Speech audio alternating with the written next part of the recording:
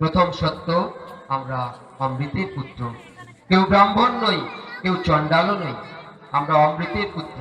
অজ্ঞতার অন্ধকারে থেকে আমরা এই ব্রাহ্মণ চণ্ডাল সৃষ্টি করেছি না। সত্য, আমরা সকলেই সমান অমৃতের পুত্র। দ্বিতীয় সত্য, যে মূল সত্য তা আমরা জানি না, দেবতারাও জানে না। দেবতারা কে?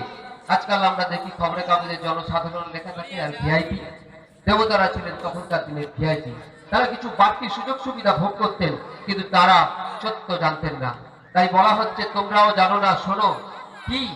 এক অমৃতময় মহাপুরুষ, যার উজ্জ্বলতা সূর্যের থেকেও তীব্র, যে উজ্জ্বলতায় সমস্ত অন্ধকার দূর হয়ে যায়। তাকে জানলেই সব জানা হবে।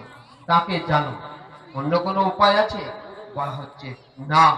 নান্য পন্থা বিদ্যতে আয়নায়। না, অন্য কোনো উপায় নেই। কি করে জানবো?